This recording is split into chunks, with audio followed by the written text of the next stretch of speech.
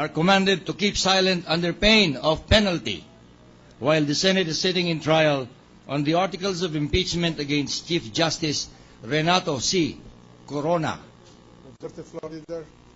Mr. President, I move that we dispense with the reading of the May 22nd, 2012 Journal of the Senate sitting as an impeachment court and consider the same as approved. Any objection? There being none, the May 22nd, 2012 Journal of the Senate sitting as an impeachment court is hereby approved. The Secretary will please call the case before the Senate sitting as an impeachment court. Case number 002-2011 in the matter of impeachment trial of Chief Justice Renato C. Corona. Mr. President, Majority Floor Leader. may we ask the parties and or their respective counsel to enter their appearances? Prosecution. Mr. Senate President, on the part of the House of Representatives prosecution panels, Your Honor. Noted. Defense. For the defense, Your Honor, the same appearance. Noted. Majority Floor Leader. Mr. President, the court is now ready for the continuation of the testimony of Chief Justice Renato C. Corona. What's the pleasure of the defense? Your Honor, please, in conjunction with the commitment of this representation to the entire Senate yesterday, I went to the hospital where the Chief Justice is now confined in order to bring him before this court and testify, continue with the direct examination and cross-examination that may be allowed in connection with this defense, Your Honor.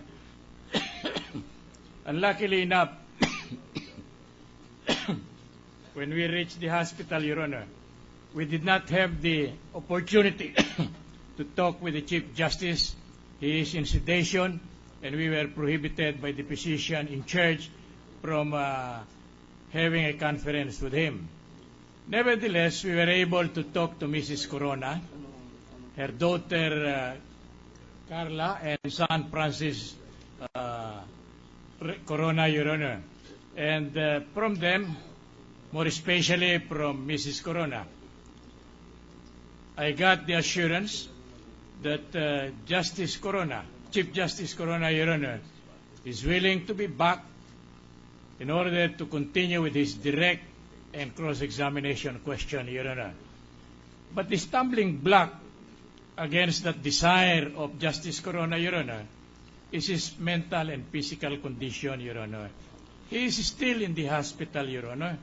We will have no objection if a physician that will be designated by this court see him at the hospital, conduct an examination of his person and mind, Your Honor, and submit a report to this court, because we are fully convinced that he is really not in a position to testify considering his physical and mental condition. In fact, he cannot stand up, Your Honor.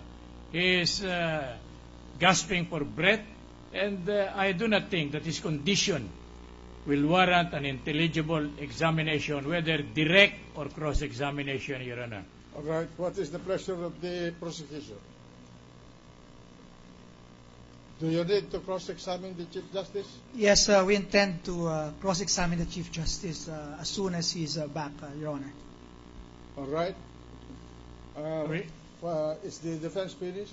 Your Honor, please, we tried our level best, Your Honor, to procure a copy of the medical bulletin on Chief Justice Corona, and we have it with us.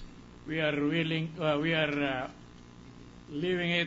we are submitting it to the discretion of the court, Your Honor, in order to prove our contention to the effect that he really is not in a position to testify mentally and physically, Your Honor. We acknowledge the magnanimity and liberality, I would say over-liberality of this court in accommodating the defense, Your Honor.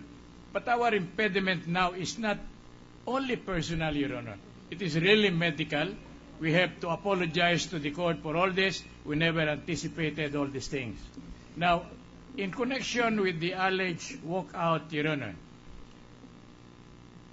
I wanted to adhere to the rule that investigate first before condemning or hear first. The counsel please confine himself to the matter at hand. Don't digress. Thank you, Your Your Honor. Honor, Your Honor, please, if we Tell may, us when your client can come. Pardon, Your Honor. You tell us when your client can come here in this court. Well, according to the physicians in charge, Your Honor, it may take him up to Monday. But I wonder, I said I'll submit it to the court, and I have no assurance that All he may right. not. You cannot assure us, then we will make a ruling. And this ruling will be, cannot be reconsidered by anyone. All right?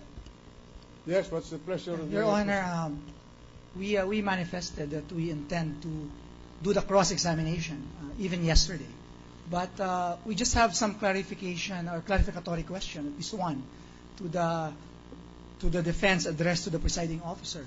If we just want to know, Your Honor, if they're bringing back Chief Justice Corona, will they still continue with the direct examination, or it would purely be already on the cross-examination? Well, yesterday, Your Honor, please, with the kind permission of the Honorable Court, yesterday I was making a manifestation when all this hullabaloo take place, Your Honor. I started with the statement that seeking the permission of the court to be able to conduct my direct examination before the cross-examination. And we were not able to proceed anymore because of the unhappy incident that took place yesterday, Your Honor. So we will continue with our direct examination, and after we are through, then he'll be ready for cross-examination, Your Honor. The reason we ask that, Your Honor, is that because if the Chief Justice is coming back only for cross-examination, then the prosecution is willing to waive a right to cross-examine. Will not anymore cross-examine. Very good. What else? If only for cross. What else? Well, I'll have to finish my Yes. direct, Your Honor. We give you this chair. Are you through, counsel? Your Honor, please. Are you through? Yes, Your Honor. Well, this court will give you until Friday to close your evidence. After that, we will consider the case submitted on the record. On Monday, we schedule an oral argument. It will depend upon the court whether after the oral argument we render the judgment or we postpone it for another day. So ordered. Thank you, Your Honor, for the accommodation.